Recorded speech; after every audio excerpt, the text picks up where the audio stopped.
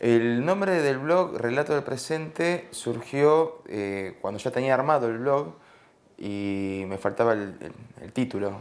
Y justo esa semana, cuando ya estaba agotado de ideas, hubo una cadena, una de las 500 cadenas de Cristina Fernández de Kirchner, en la cual, en una crítica desaforada contra los medios, le dice a la gente, a su gente, que hay otro relato del que nos quieren convencer.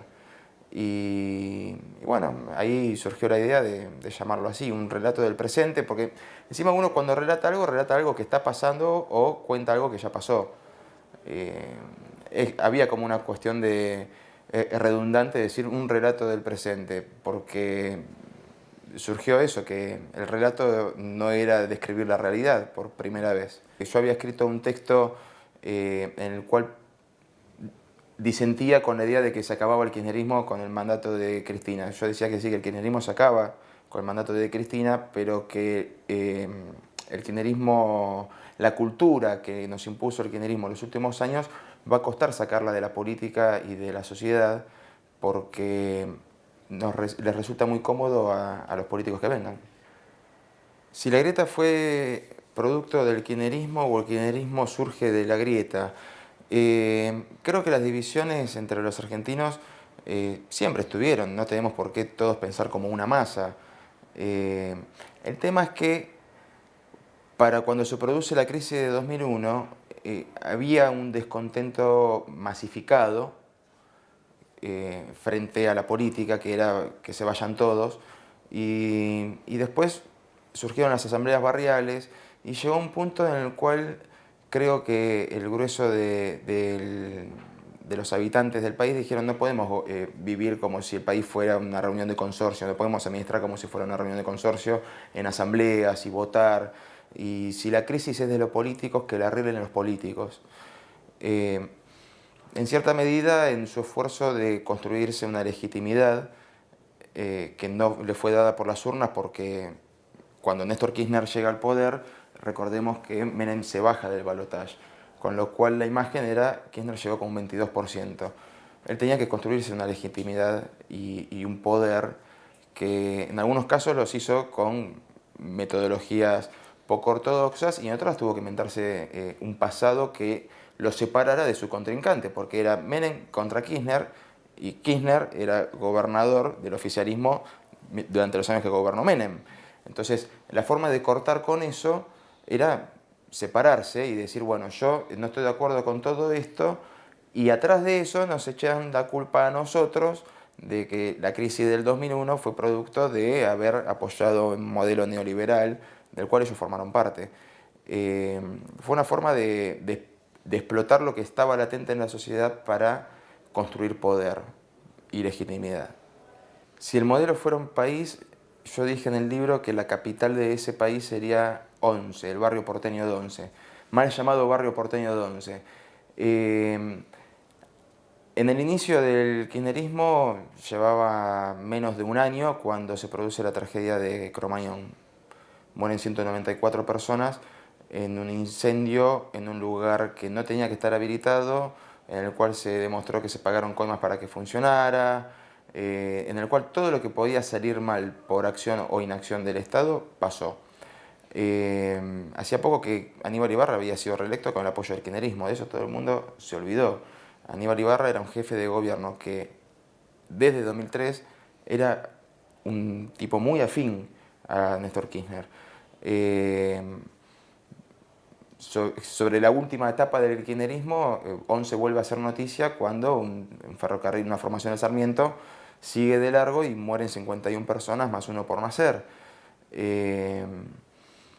Once volvió a demostrar que el Estado gigante que dicen haber construido es tan grande que no se puede agachar a levantarte, a solucionarte en problemas tan básicos que no deberían ser problemas, porque una administración ferroviaria, ahora dicen no, porque son privatizaciones, estaban privatizadas, el flagelo de los 90, durante todos los años que estuviste en el poder y mantuviste esas concesiones en manos de las mismas personas.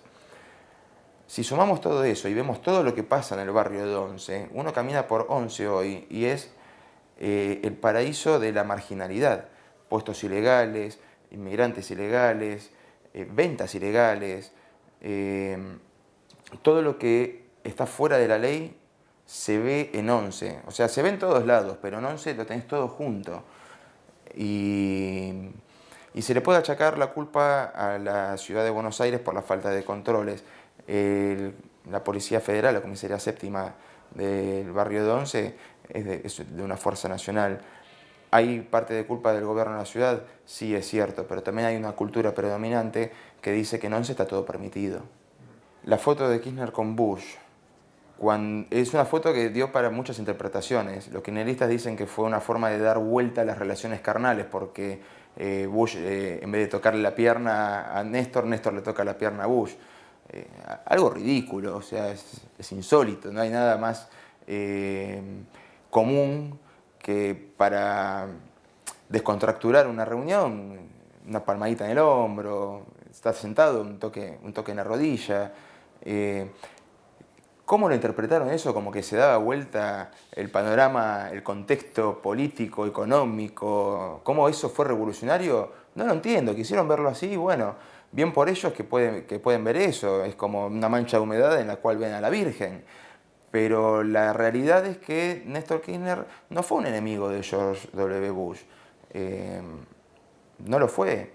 Él primero buscó el apoyo de George Bush para la reestructuración de la deuda.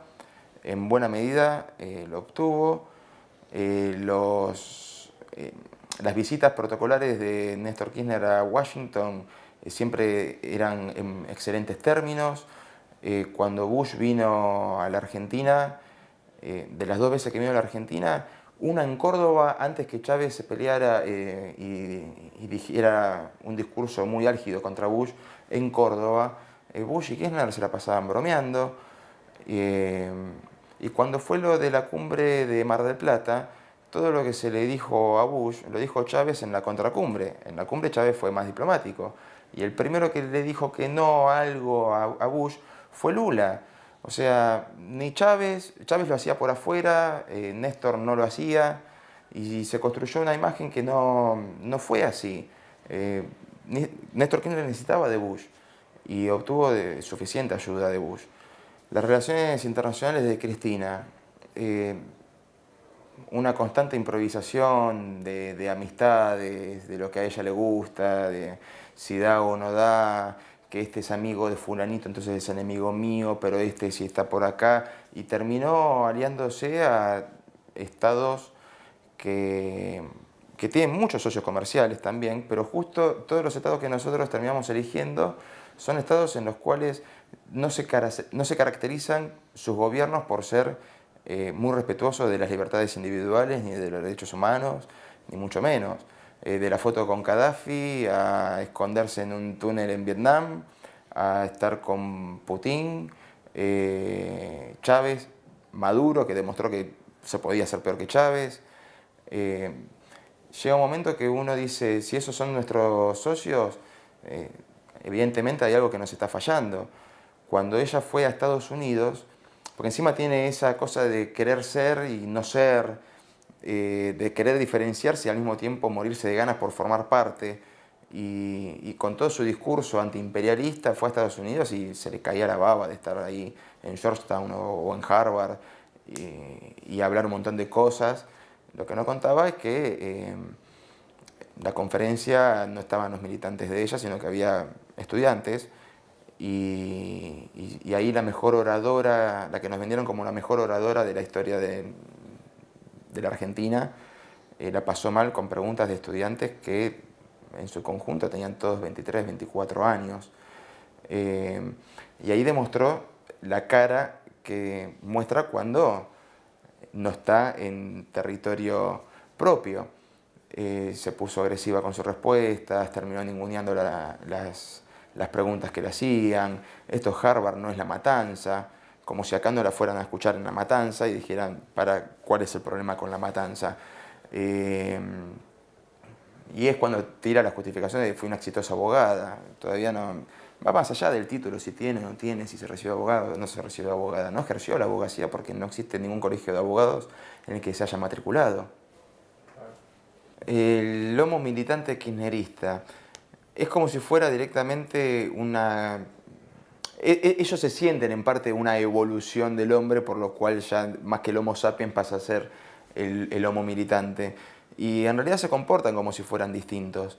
El único militante kirchnerista, el único joven militante es el kirchnerista, por lo cual no hay otros militantes.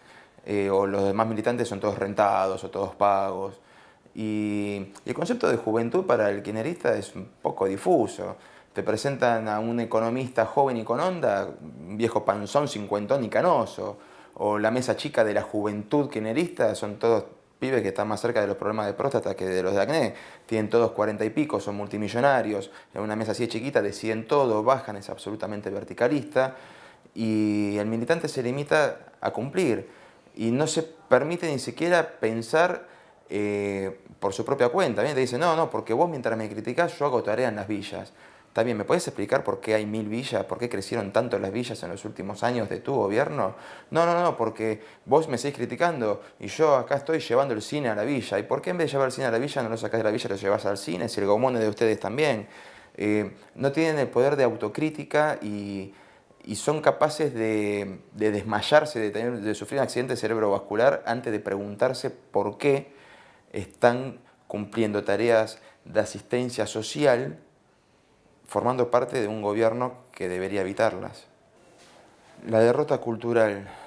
Creo que la derrota cultural es el mayor daño que nos dejó el kirchnerismo. El kirchnerismo quiso dar una batalla cultural.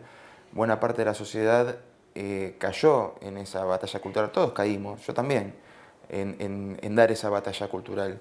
Y perdimos por goleada, perdimos fuerte. Hay un montón de cosas que el kirchnerismo impuso que ya no se debaten, ya no se discuten. Nadie cuestiona la asignación universal por hijo, porque parece que cuestionarla es decir, ¿qué querés? ¿Que la gente vuelva a morirse de hambre? No, no es pretender eso. Uno no quiere que le saquen los planes a la gente que lo necesita. Uno lo que quiere es que no lo necesiten. Menos después de 12 años, 6 meses y 15 días, que es lo que van a hacer todos los días que estuvo el kirchnerismo en el poder para el 10 de diciembre. Ya no se discute qué significa el concepto de democracia, todo es democrático. Y cada vez que hay que hacer algo por venganza del poder, le ponen el tinte de democrático. Hubo 2 jueces que fallaron en contra, vamos a democratizar la justicia, como si fueran de otro lado, como si fueran marcianos. Clarín me juega en contra, voy a democratizar el fútbol. ¿Qué tiene democrático el fútbol? O sea, los clubes de fútbol tienen elecciones, son jugadores, juegan a la pelota, de democracia no tiene nada, ganan millones. Vamos a democratizar, es el otro palo de la soberanía, viste que todo es soberanía hidrocarburífera, fue comprar acciones de YPF hasta convertirla en mayoría. Es soberanía satelital tenemos ahora. ¿Qué es la soberanía satelital? Pusiste un satélite, tampoco fue el primero de Argentina, fue el 7º.